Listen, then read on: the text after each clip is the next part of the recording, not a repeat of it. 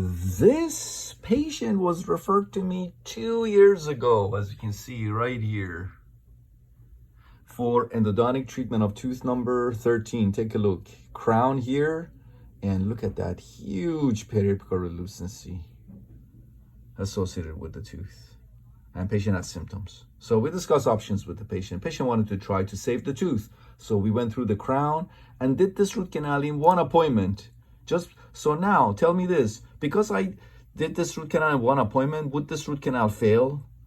Because according to some of you, you say when there is a lesion like this, then this root canal cannot be completed in one appointment. It has to be completed in multiple appointments, which means that you guys believe that you need to go in and the first appointment basically do the instrumentation and shaping and place calcium hydroxide, then have the patient come back, perhaps maybe remove the calcium hydroxide and put more calcium hydroxide, and then have the patient come back again maybe a week or 2 weeks later, and then do the same until you see that there is a change in the size of the periapical relucency, which means you want to see the periapical relucency is getting smaller before you obturate, right? That's what you believe.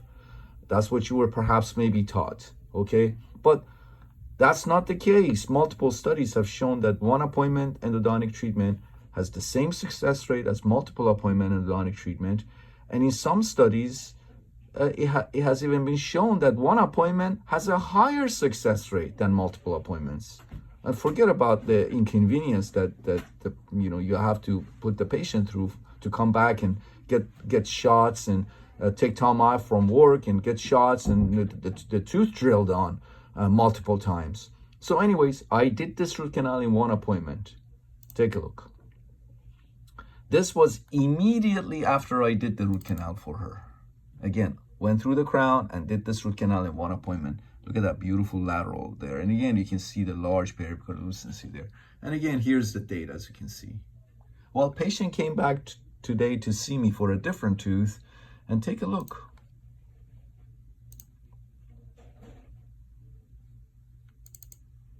Tooth has a post in it, a new crown on it. Look at that. That large periapical relucency is healed completely. Take a look. That's the date. You see that? One appointment, endodontic treatment works. This is, I don't know, I've posted hundreds of examples of one appointment endodontic treatment, giving me this kind of success rate.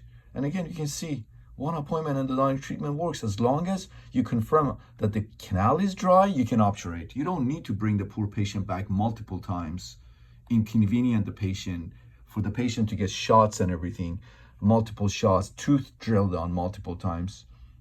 As you can see, one appointment worked. Again, this is, I don't know how many cases, I've posted, hundreds and hundreds of cases that I've posted showing long-term follow-up of these teeth that I've done root canals on in one appointment, or I've redone the root canals, retreatments.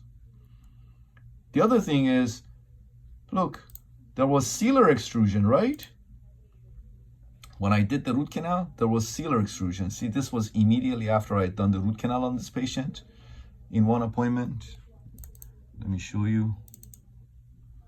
You can see 2 years ago. This is immediately after I had done the root canal, sealer extrusion, right? Some of you, for whatever reason, believe that sealer extrusion can cause endodontic failure. Sealer extrusion does not cause endodontic failure. What causes endodontic failure? Other factors. Specifically, majority of cases is the presence of microorganisms in the canals, because we can't eradicate 100% of them sometimes. So sometimes there's residual bacteria and they can reinfect.